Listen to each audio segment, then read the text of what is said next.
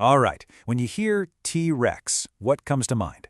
Probably this unstoppable king of the dinosaurs, right? The ultimate predator. But, the actual fossil record? It tells a totally different story. A much more brutal one. So today, we're going to dive into what life was really like for a T-Rex. And let me tell you, spoiler alert, it was not easy. I mean, this quote from our source material just says it all, doesn't it? It completely shatters the myth. Forget the monster you see in the movies. Your life as the most famous dinosaur ever begins as, well, pretty much a glorified chicken nugget. So let's imagine for a second.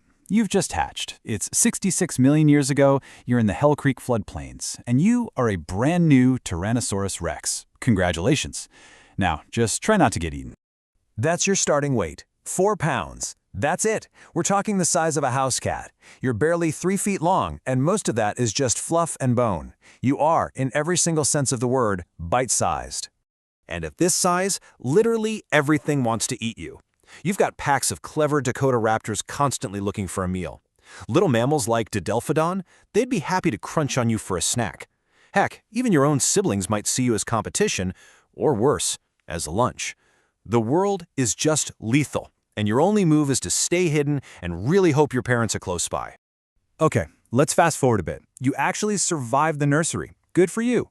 But now you're heading into maybe the most awkward phase of your life. You're a teenager. And this is where things get really dangerous, because you're stuck in this terrible middle ground. You're too big to hide anymore, but you're still way too small to rule. To get through this phase, you have to do one thing: grow. And you've got to do it fast. We are talking about an insane growth rate of over 4.5 pounds a day, every day for about 14 years. This massive growth spurt is your only ticket to the top, but it means you are constantly, ravenously hungry. And you are definitely not alone. I love this analogy from one of our sources because it paints such a perfect picture. The whole ecosystem was basically swarming with juvenile Tyrannosaurus just like you, all hungry, all growing, and all fighting for the exact same stuff. In fact, you and your teenage friends were so good at what you did, so numerous, that you completely changed the entire ecosystem. You filled this niche that, in any other time, would have been full of all sorts of different mid-sized predators, but not in the late Cretaceous. Nope. There was just you, the teenage T-Rex. So what's the takeaway here? Well, with so many of you running around, conflict was pretty much a guarantee. And we're not talking about play fighting. This was brutal, face-to-face violence over food, territory, you name it. And we have the fossil proof. Just look at the famous fossil known as Jane. She was a juvenile T-Rex, and her skull tells one heck of a story. Her upper jaw and snout were punctured 4 times. Now, the wounds healed, but they left her with what scientists call a boxer's nose, all crooked and bent. And the bite marks? Oh yeah, they're a perfect match for the teeth of another juvenile T-Rex. She was attacked by her own kind. All right, so let's say you survived the teenage years. You actually made it. You are now a full-grown adult T-Rex. Life should be easy now, right? I mean, you're at the top of the food chain.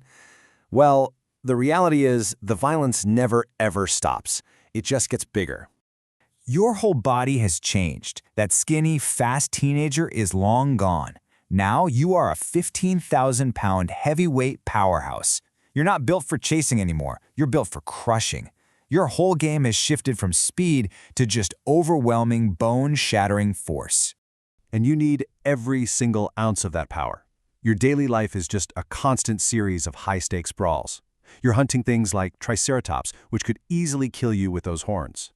And you're always fighting off other adult T-Rexes who want your turf, your food, or your mate. This is such a brilliant way to put it. Every single healed wound, every broken bone, every scar on your face, that's not a sign of weakness. That's your resume.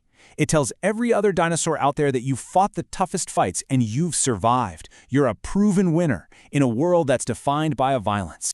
So we have the fossil evidence that tells the story of a brutal life. But you know what? Scientists can also see this story in the numbers. So let's look at the hard data because it really quantifies this incredible struggle. This really is the big question, isn't it? With danger at every single stage of life, from a 4-pound fluffball to a 15,000-pound giant, what were the actual odds of making it? Okay, let's break down this graph. It shows us how many T-Rexes survived to a certain age. Now, we can assume a ton of babies didn't make it, but you can see that for those who got to age 2, survival was relatively stable for a while. But then, look what happens around age 13 or 14. The line just nosedives. Mortality rates go straight through the roof. What's so wild is when you compare this to other animals. You see these patterns for, say, elephants, who tend to live till they're old, or crocodiles, who have this huge die-off when they're super young. The T-Rex pattern, it's totally different from all of them.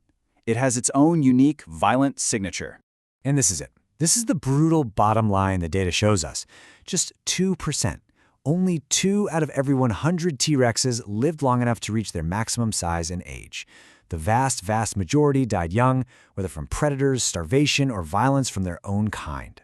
So what about that tiny fraction that actually makes it? That 2% that runs the gauntlet and reaches old age?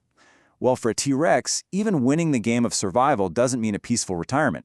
The final chapter is just one of a slow, painful decline. I mean, think about all the damage that adds up over a lifetime. You spent your first years running from predators, your teen years getting your face bitten by your peers, and your adult years in epic battles with armored herbivores and other giants. By the time you hit your late 20s, that life of violence has taken an absolutely irreversible toll. Your body, which used to be this perfect killing machine, just starts to break down. Your teeth, the very tools of your trade, are worn down, broken from years of crushing bone. Arthritis is stiffening up your joints. All those old injuries, they flare up with chronic pain. Hunting the massive, dangerous animals you need to survive, it becomes almost impossible. And here is the final sad irony of being a T-Rex. After a lifetime of fighting to become the king, you end your days as a scavenger. You're too slow, too weak, too broken to hunt for yourself. You, the former terror of Hell Creek, are now just trying to find something that's already dead, hoping to make it one more day. So you see, the T-Rex wasn't this mythical monster king from our imagination. It was a survivor, forged in a world of constant violence and hardship. Its life was nasty, brutish, and for almost all of them, incredibly short. And that leaves us with one final thought to chew on. In the brutal math of nature, was this life of constant struggle where only 2% ever reached their full potential a story of ultimate success? Or was it a profound tragedy?